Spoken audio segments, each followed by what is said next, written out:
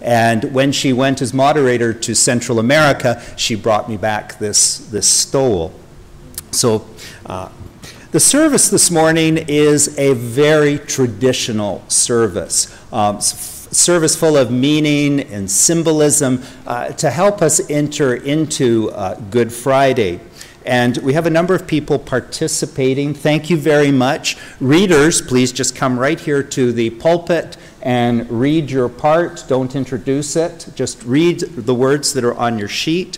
Those of you who are the other participants, would you just come forward during to do whatever you have been asked to do. Come forward and then remove or do whatever you've been asked to do during, there is a chorus. What wondrous love is this, and Jesus, remember me when you come into your kingdom. So you actually do the action during the singing of the chorus for those of you who have been asked to participate in that way.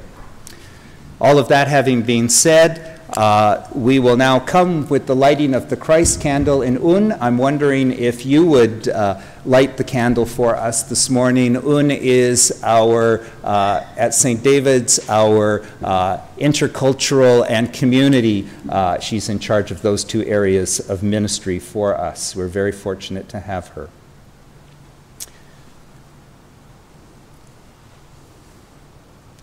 And now let us light the Christ candle, and the words are on the screen. The Lord be with you. And also with you. The light has come into the world. But the world loved darkness rather than light.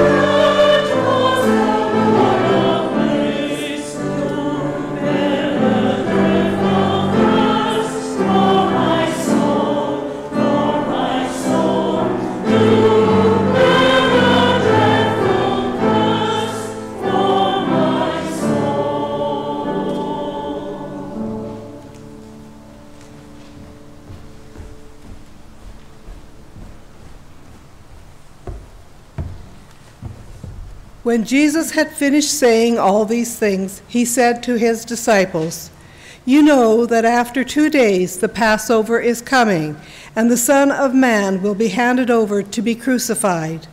Then the chief priests and the elders of the people gathered in the palace of the high priest, who was called Caiaphas. Then one of the 12, who was called Judas Iscariot, went to the chief priests and said, "What will you give me if I betray him to you?" They paid him 30 pieces of silver, and from that moment he began to look for an opportunity to betray him.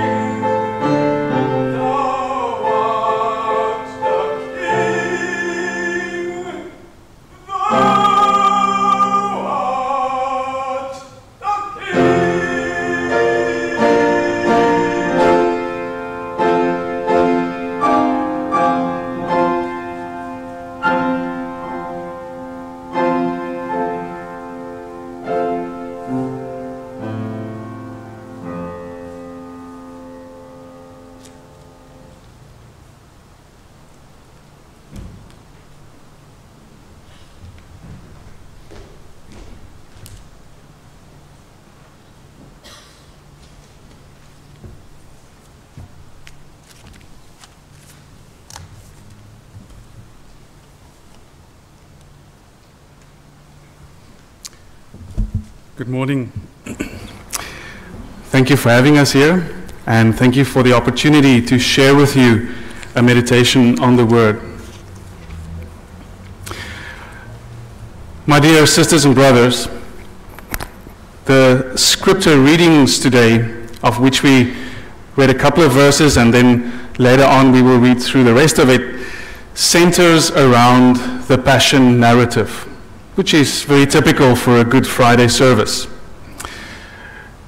We'll be looking at Jesus' arrest, the trial, the betrayal, the abuse, the crucifixion, and all of this takes us straight into the heart of the gospel.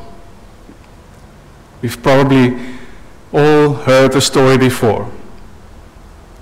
But for us as believers, as Christ followers, every time we hear it, even though we've heard it before, it does touch us. Sometimes more deeply than other times.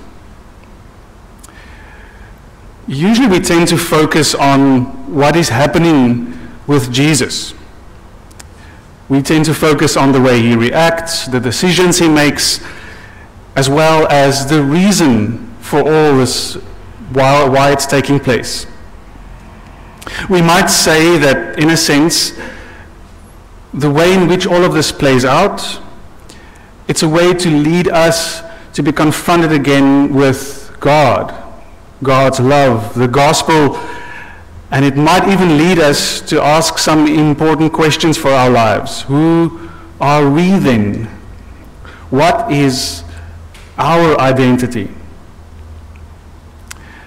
So this morning in our meditation, I would like to kind of settle on that theme, the theme of identity. And this is rarely a simple matter. Now for us, in the world that we live in today, we have the option of shaping our identities in ways that wasn't possible before. In the modern era, we have the ability to create virtual personas. We're able to choose the information which we share with people, and we can choose what they see and what they don't see, the way it suits us. We can arrange resumes and social media profiles, put on something on Facebook, and create something of an image of ourselves which we would like others to see. To an extent, this practice has kind of become the norm for most people. We share with our online friends and followers maybe something that we've accomplished in a certain field, or we choose to share with them something amazing, maybe a little jealousy-invoking experiences we're having. We might choose to share with them some positive qualities and abilities we have which might be admired. Or we can just share with them some wise insights, some sage advice we think they should hear. In the first few verses we read this morning, we're introduced to a certain character, a certain identity of one of the disciples, Judas. And although I think sometimes he gets judged a little too quickly, maybe a little too harshly, there are a few things that we could presume about him. For instance, there's a good possibility that Judas' betrayal stemmed from a deep disappointment he had, because Jesus didn't turn out to be the strong leader that would overthrow the Roman Empire the way he had envisioned it, the way he thought it would be portrayed. The identity he was hoping that would be presented, the hope that Jesus would project some power into this world, didn't come to a realization the way he intended it. So very possibly he felt shamed and betrayed and powerless. Judas, however, isn't the only character we find in the narrative this morning. Not the only one who desperately want to project an image of strength and competence. This morning we'll also meet Peter, probably the consummate disciple, the one that followed Jesus right from the start, the one that speaks up when there's need to speak up, the disciple who obeys as instructed, the one who would make bold declarations and confessions of faith, the one who vows to lay down his own life if necessary. He's definitely not perfect, we know that, but he does come across as strong and confident and loyal.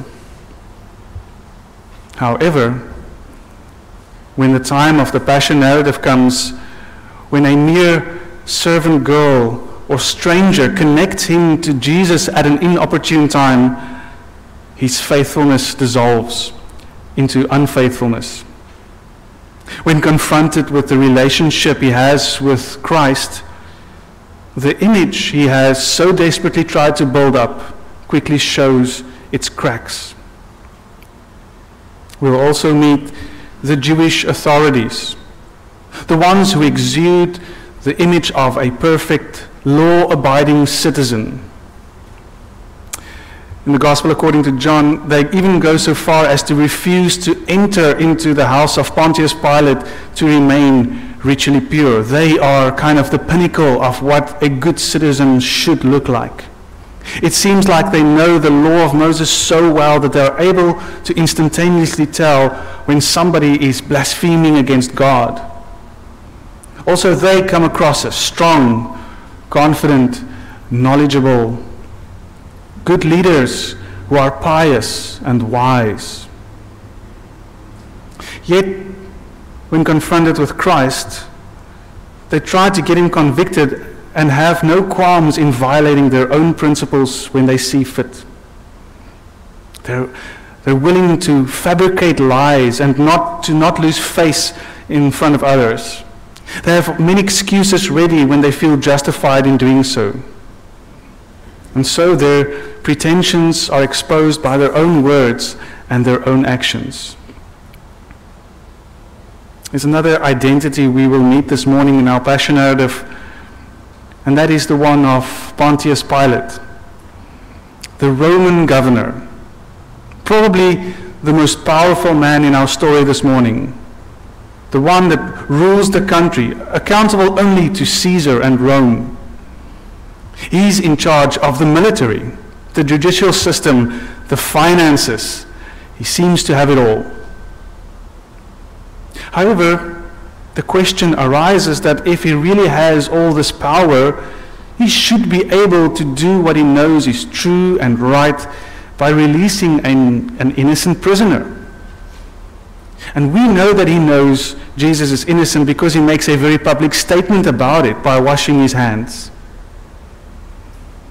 Yet as the narrative progresses, Pilate, by his own ways, proves himself powerless when he needs to do what is true, knowingly handing over an innocent man for execution. And in doing so, in a sense, gives away his power, his truth, and his identity, only to maintain the persona he thinks people perceives to protect his popularity. On this Good Friday celebration, as we too read through the trial narrative, the passion narrative, the characters and the identities we encounter is held up like a mirror to all of us.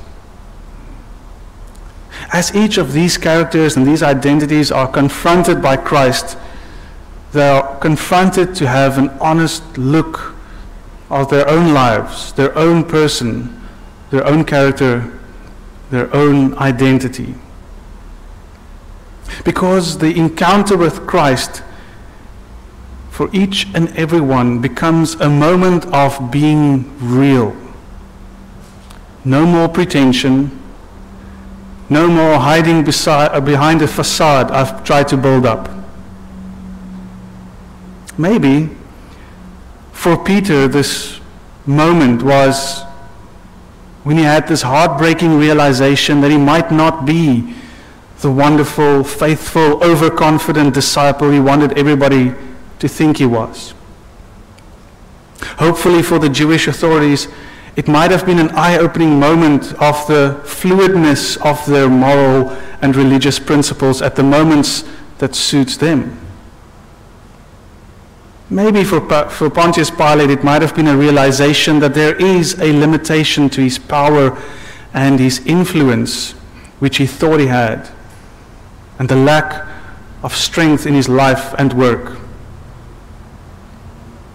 So as we read through it, we become aware that all of the personalities, all the identities, are in some ways flawed and cracked, with shortcomings, somewhat broken, as we all are. And exactly for that reason, for each and every one of them, and for each and every one of us this morning, Christ still offered up his life for them to gain. Christ was willing to accept the shortcomings, the cracks, the abuse, the suffering, the death, in order for new life, new identity to burst forth.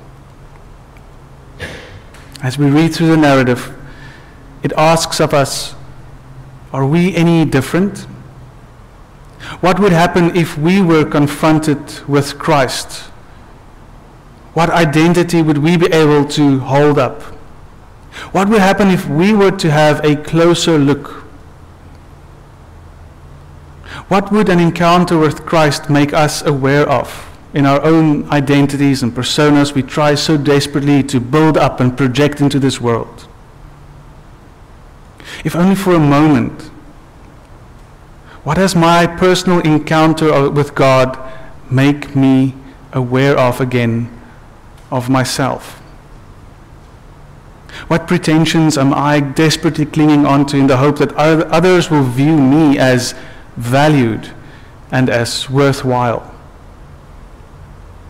And maybe the question for us this morning is, in all of this, does it serve any true significant cause? Or does it build any deeper, meaningful relationship? So my prayer for us today is, may we all be again reminded of God's abundant love that accepted us as we are, that still accepts you and I as we are in this moment. And he did it long before we were aware of him or even aware of ourselves. May you discover the fullness of your identity in Christ, with no need for pretension or to overcompensate in the hope that you will be viewed as worthwhile. And may you be reminded that the price which was paid on the cross was done regardless of shortcomings, mistakes, and sins, because you are a valued child of God. Amen.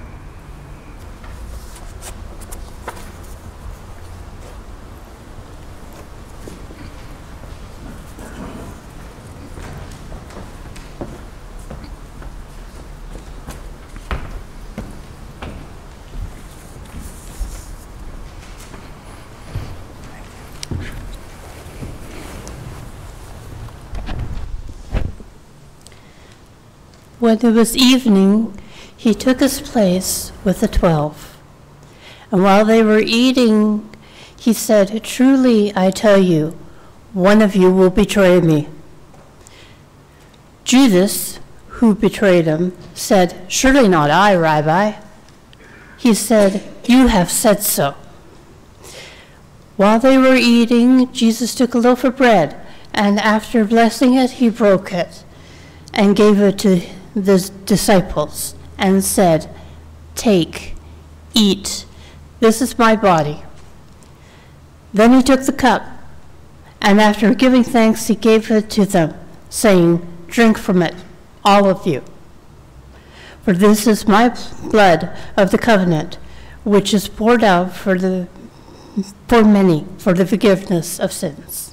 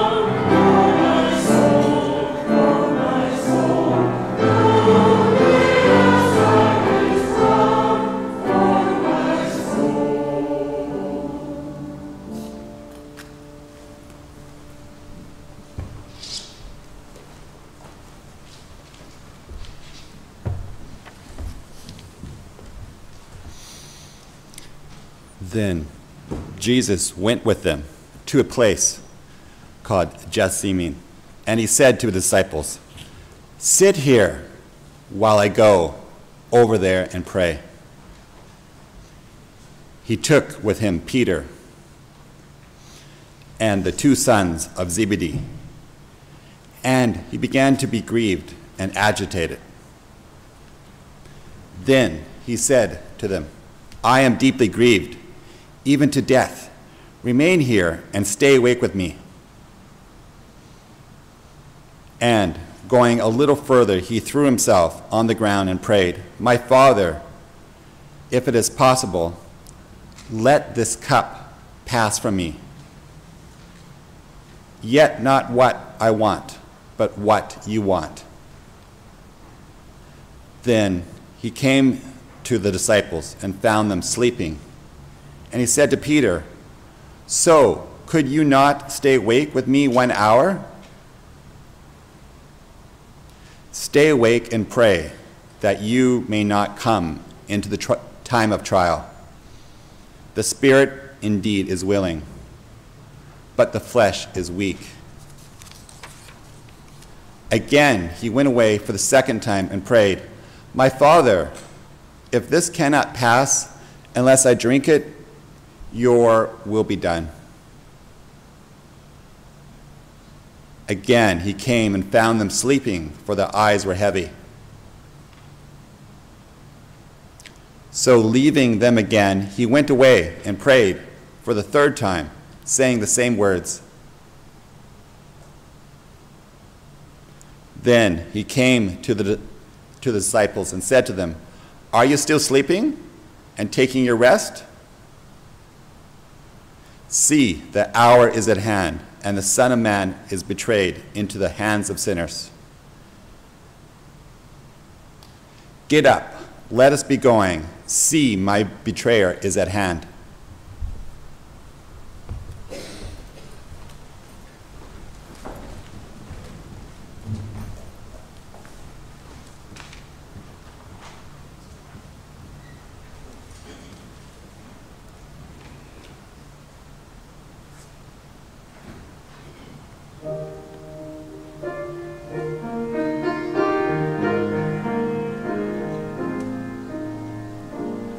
Once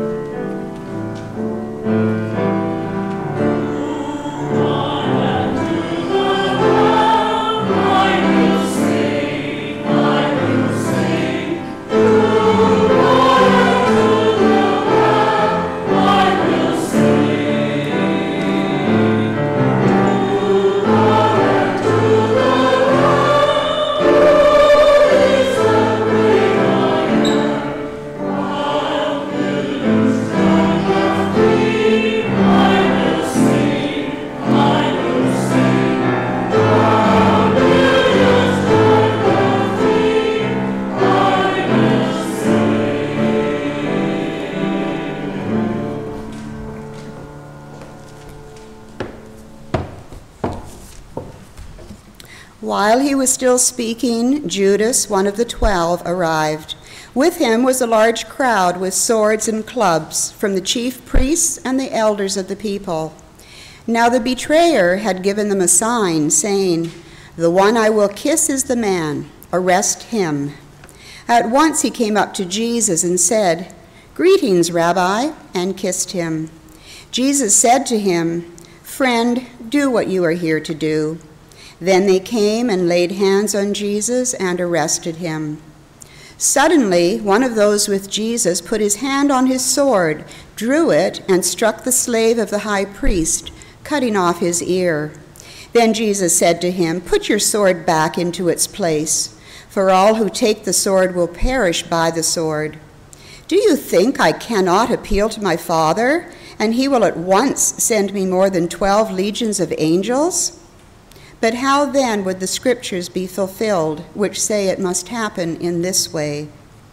At that hour, Jesus said to the crowds, "Have you come out with swords and clubs to arrest me as though I were a bandit? Day after day I sat in the temple teaching, and you did not arrest me. But all this has taken place so that the scriptures of the prophets may be fulfilled." Then all the disciples deserted him and fled.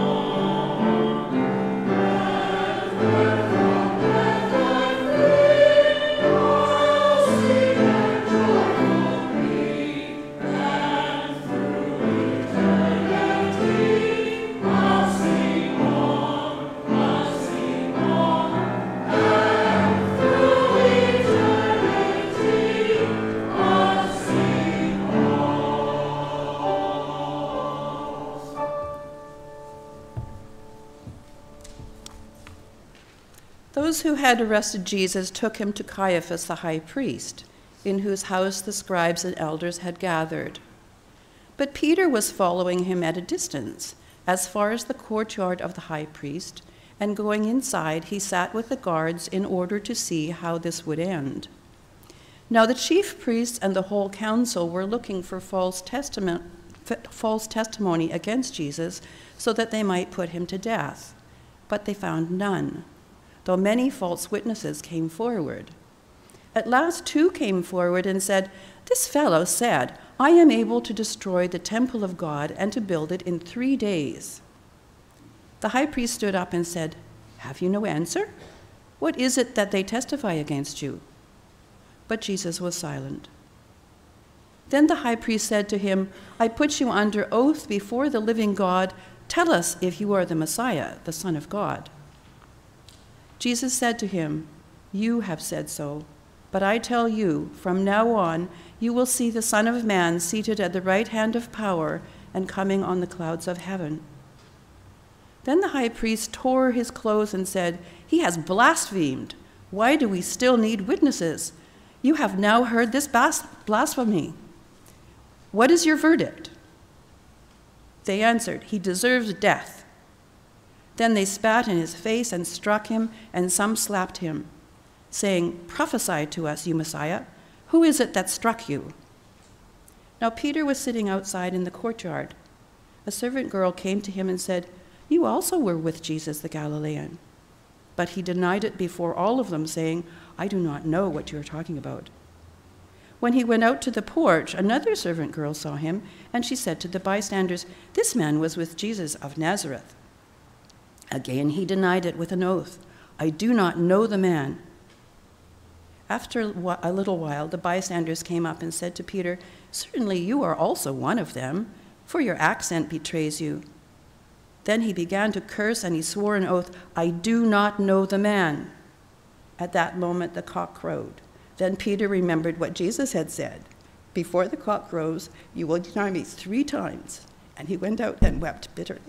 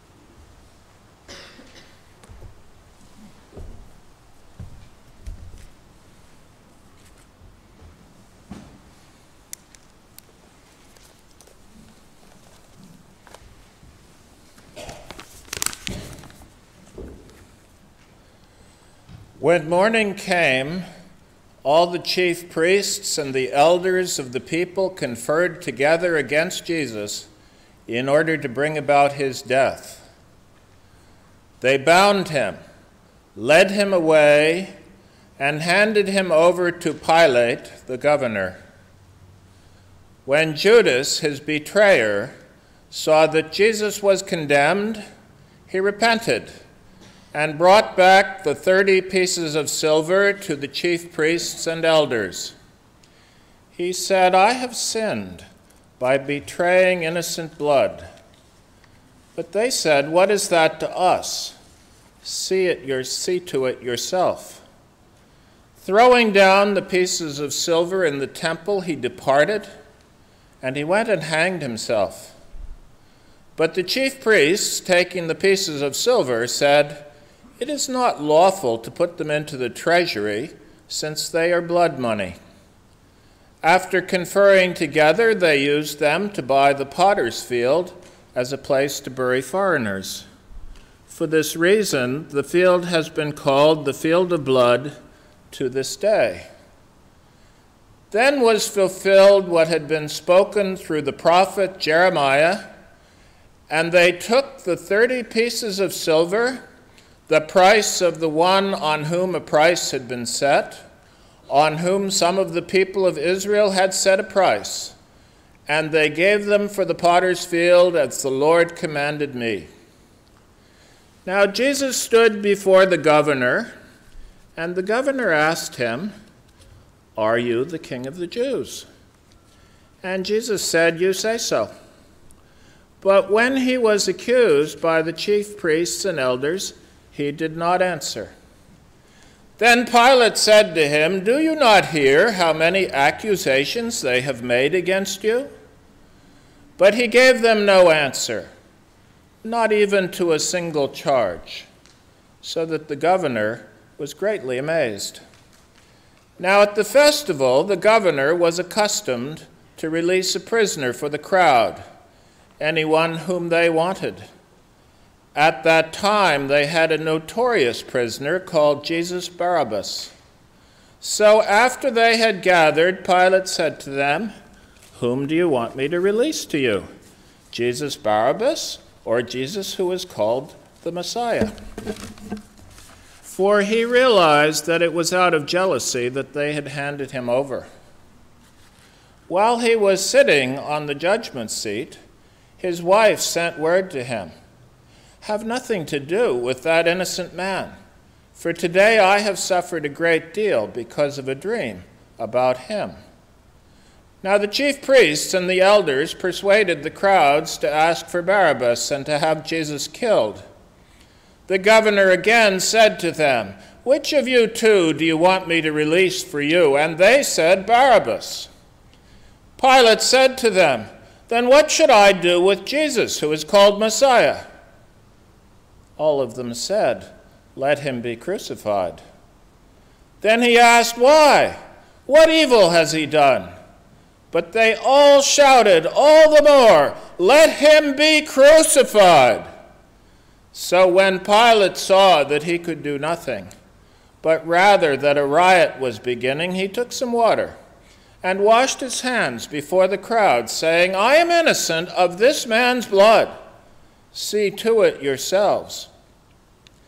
Then the people as a whole answered, "His blood be on us and our children." So he released Barabbas for them, and after flogging Jesus, he handed him over to be crucified.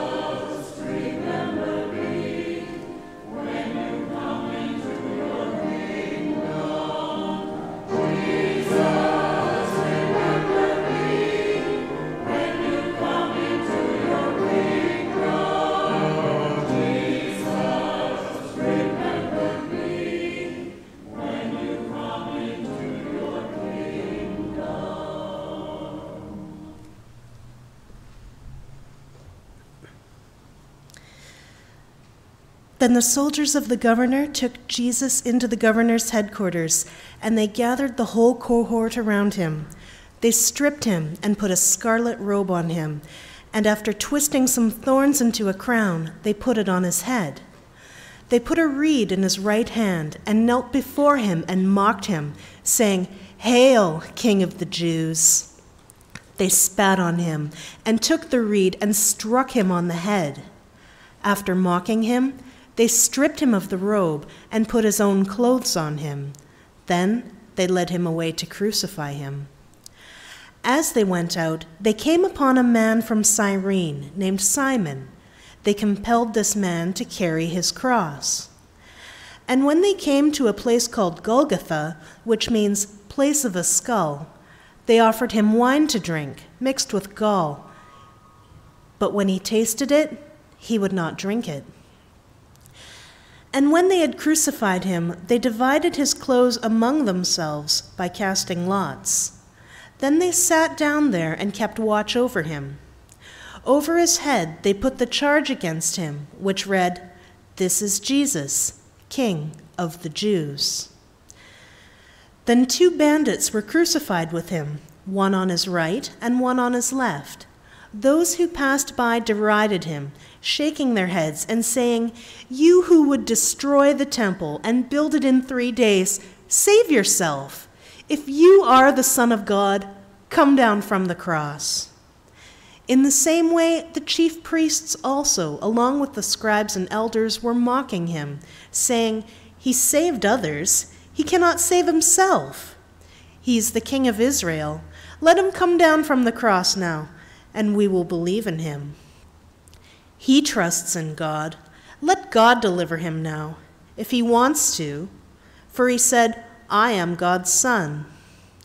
The bandits who were crucified with him also taunted him in the same way. From noon on, darkness came over the whole land until 3 a.m. And about 3 o'clock, Jesus cried out in a loud voice, "Eli, Eli, lema sabachthani?" That is, my God, why have you forsaken me?" When some of the bystanders heard it, they said, "This man is calling for Elijah." At once, one of them ran and got a sponge, filled it with sour wine, put it on a stick, and gave it to him to drink. But the others said, "Wait, let us see whether Elijah will come to save him." Then Jesus cried out again with a loud voice and breathed his last.